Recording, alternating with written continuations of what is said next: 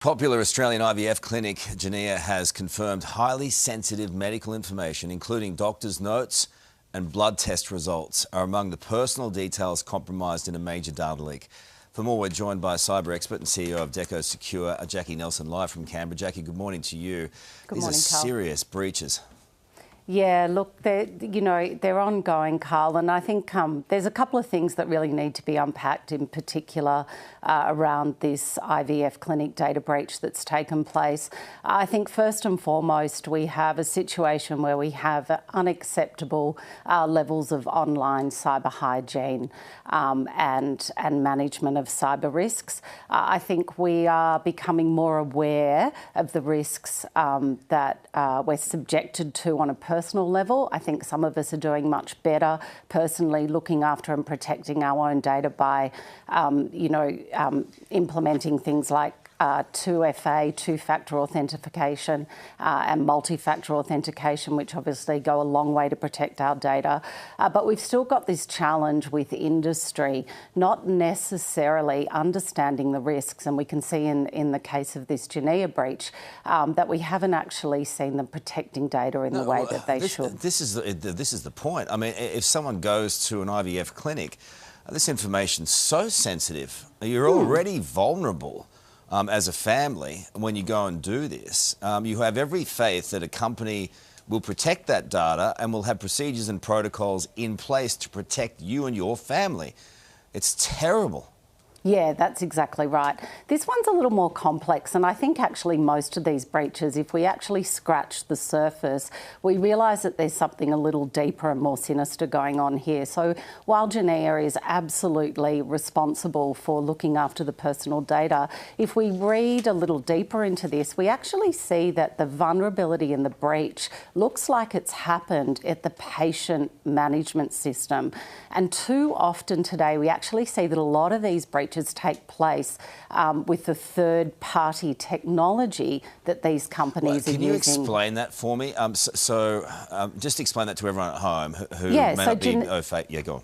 Yeah, so Genea basically face the customer, and they are responsible for providing IVF services to the customer, and as a result of that, they have to hold their information. But let's be clear, Genea are not a technology company, so they rely on other third-party technology providers to store and manage that information on their behalf. So we've got sort of two vulnerability points here. Obviously, Genea need to do better in understanding the technologies that they're using, but we know that healthcare data is the most targeted information today. We know that it is the most valuable on the dark web, and I think the last report to the Office of Information Commissioner very clearly stated that healthcare data still remained the highest number of breaches. All right, well, IVF patients have spent days trying to get in touch with the clinic as well. So they've got not just a technological breach, but they've got a PR nightmare on their hands, and they need to handle it. Good on you. Good to talk to you. And our next story focuses on a new Chinese attack submarine reportedly being built at a shipyard in Wuhan. It could reportedly be used to target medium-range missile defense systems deployed in the Philippines. The submarine is reportedly aimed at improving China's naval capabilities to counter the growing foreign military presence in the region, specifically to the Typhoon launchers deployed by the US on Luzon Island in the Philippines during a joint training exercise last April. The launchers can reportedly fire multi-purpose missiles with a range of thousands of kilometers, meaning that they could strike targets in China, Russia, North Korea from Luzon.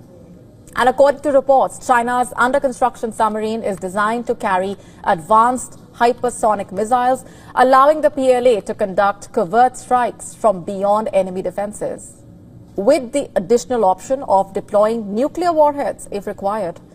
That means the submarine, in coordination with other military forces, could reportedly bolster strategic deterrence against enemy carrier strike groups and military bases within the first island chain. A series of islands stretching from Japan to the Philippines, which is reportedly a key part of US foreign policy and a critical defensive line against the PLA.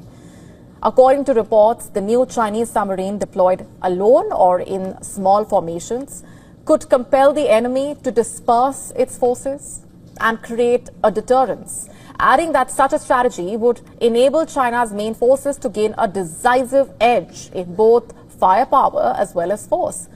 The new submarine was reportedly first seen on satellite imagery at a shipyard in Wuhan in mid-2024, and it reportedly appears to feature several advanced technologies, including a vertical launch system, or VLS, for missiles like cruise and anti-ship ballistic variants. The submarine could also reportedly be able to take on some operational roles of nuclear submarines during wartime, including attacks on surface vessels and long-range precision strikes on land targets, like the U.S. installed medium-range missile defense systems in the northern Philippines near China. According to reports, Beijing has repeatedly condemned the U.S. deployment of the Typhoon launchers on Philippines' Luzon Island and has called for the system to be removed. The U.S., as per reports, is also in talks to deploy the systems in Japan as part of a broader strategy to block China from key passages into and out of the Western Pacific. And as tensions in the region continue to escalate, only time can truly ascertain the impact of China's new secret submarine. We've had a detailed discussion of the situation around the Joint Comprehensive Plan of Action with regard to the Iranian nuclear program. We believe there is still potential for diplomacy. It must not be ignored. It must be used to its full potential without any kind of threats or hints at some kind of a force being applied to resolve this crisis. So we believe this situation was not created by Iran, but by our Western counterparts. We have exchanged our views on the military and political situation in Syria, and we share a desire to coordinate our approaches to achieve a stable and lasting peace in that country that will involve all the political, ethnic, and religious groups in the country. Inclusivity is an extremely important factor in the stabilization of the situation in Syria. And so territorial integrity of Syria is extremely important, and no attempts to push regions of this country towards separatism, which we saw in recent years, are allowable. They're extremely dangerous. And I want to say that the recent events at the United Nations, both the General Assembly and the Security Council, showed a very important thing. There's an understanding that there is no alternative to an approach that would acknowledge the root causes of this conflict. And this awareness is growing, and we will help and promote this Covering understanding. the Trump presidency now, and the growing confusion over that email sent to federal workers asking them to send in a list of 5 things that they accomplished last week. So overnight, the original deadline passed for that email to be sent. And the Office of Personnel Management clarified yesterday, saying employees' response to that email is voluntary and that failure to respond does not mean they would be fired. Well, last night, Elon Musk responded on X, saying federal workers will get a second chance to justify their jobs, quote, subject to the discretion of the president. And Musk added employees would still be fired if there was no reply the second time. This as President Trump praised the effort. I thought it was great because we have people that don't show up to work and nobody even knows if they work for the government. So by asking the question, tell us what you did this week, what he's doing is saying, are you actually working? And then if you don't answer, like you're sort of semi-fired or you're fired. All right, we have team coverage this morning of these developments concerning the federal workforce. Kelly Lynn is standing by with the event that's happening tonight to help workers who have been laid off. But we begin this morning with John Gonzalez and that email request, John, now that the midnight deadline has come and gone. Yeah, Adam, and so many federal workers are getting mixed signals this morning. An about face by the OPM now clarifying, saying that it's voluntary, you won't be fired, but that's not what Elon Musk was saying on X last night. And now a number of agencies, including the National Institutes of Health and the Department of Homeland Security, have already instructed workers by email to hold off on responding, according to those emails obtained by 7 News. Now, it was the OPM and Musk that sent out that email on Saturday to include managers on the email, but not to send any classified information. American University professor Thomas Kahn, who worked for the House Budget Committee for 20 years as a staff director and chief counsel, tells 7 News he's not aware of a historical precedent for what the Trump administration is doing here. Typically, and the way this is done in general, is that Congress will create this authority, but Congress has not acted. The president has not gone to Congress to get approval or authority for DOJ to engage in these types of activities. Moving forward, Kahn's advice to federal workers is to get instructions from supervisors or department heads in writing. He says don't just simply accept things orally. More advice on our webpage, WJLA.com. Reporting live. Frustrated former federal workers who lost their jobs to DOJ cuts descended on Senate offices Tuesday. I'll say President Musk and grifter-in-chief Trump. About the same time, at a House hearing, fed-up Democrats sounded off over the latest DOJ disruptions. I will say the president's grifting because you spent the last 2 years saying President Biden. Take down his word. The hearing highlighted government programs prone to mismanaging federal funds, the kind of programs DOJ is going after. Improper payments remains a very intractable problem. The last 6 years, there's been over $150 billion every year in improper payments. That's not even the complete number. For spending money on stupid things, that should stop. Democrats agree they and most Americans want to see savings, but not at the expense of essential personnel. They don't want to see a rich billionaire treat federal workers with immense disrespect. That included Musk's email demanding workers list their accomplishments. Some agencies told their workers to disregard it, but the White House press secretary took part. This is to ensure that federal workers are not ripping off American taxpayers, that they are showing up to the office, and that they are doing their job.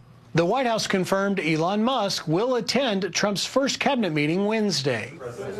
Can you clarify, hopefully once and for all, what your expectations are with this email to federal employees? What are you going to use that information for? And do you see it as voluntary, like OPM has said, or mandatory? Yeah, well, it's somewhat voluntary, but it's also, if you don't answer, I guess you get fired.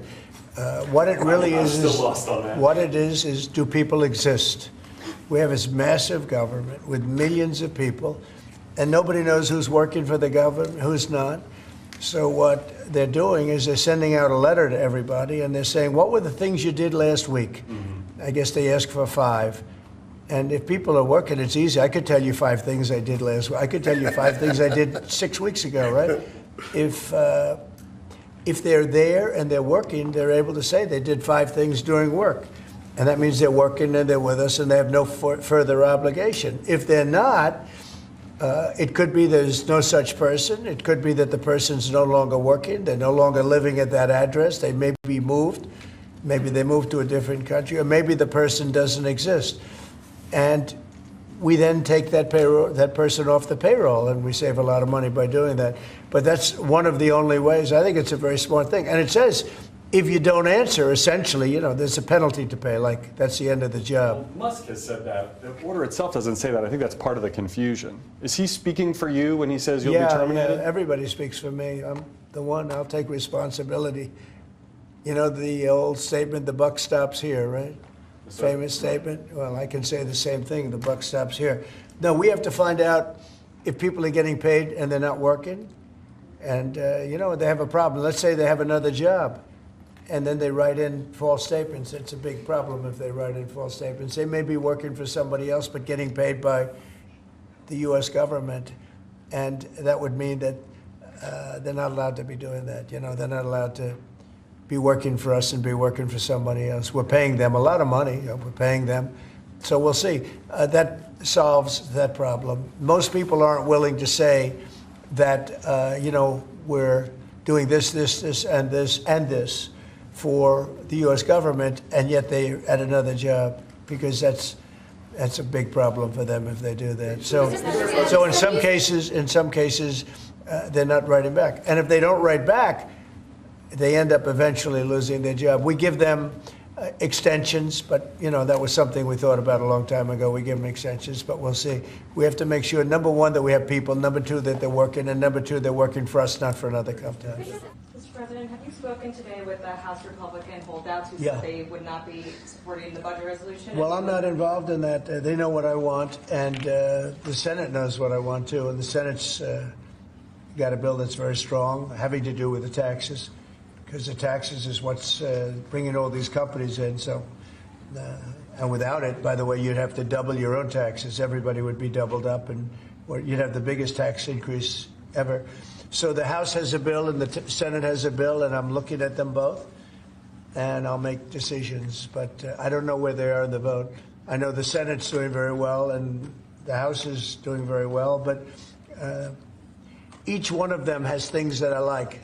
So we'll see if we can come. We're going to be doing something else that's going to be very, very good. We're going to be selling a gold card.